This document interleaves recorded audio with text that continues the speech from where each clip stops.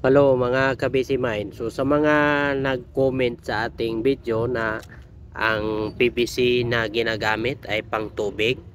So ito ay hindi po pang tubig. So ibang klaseng PVC ito na ginagamit sa ibang bansa. Yung black na PVC. Ang paggamit nito ay ah, spring bender lang ang pag-bend natin dito. So iniabang lang natin yan. Slabbing yan. Kasi may cladding dito, may power outlet, kaya nilagyan natin ng tubo.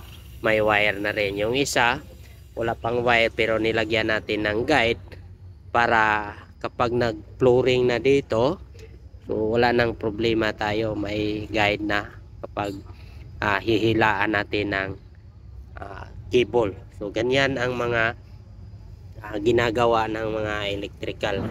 So yan, so ito papunta yan sa panel, naka-screw lang yan sa sahig, naka-clamp kasi bubuhusan naman yan, flooringan yan.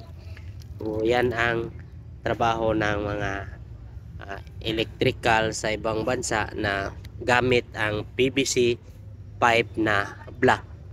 Okay?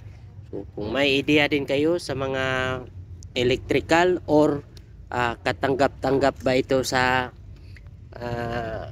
Pilipinas yung trabaho na ito, paki-comment naman sa baba. Okay? Bye-bye mga ka-busy mind.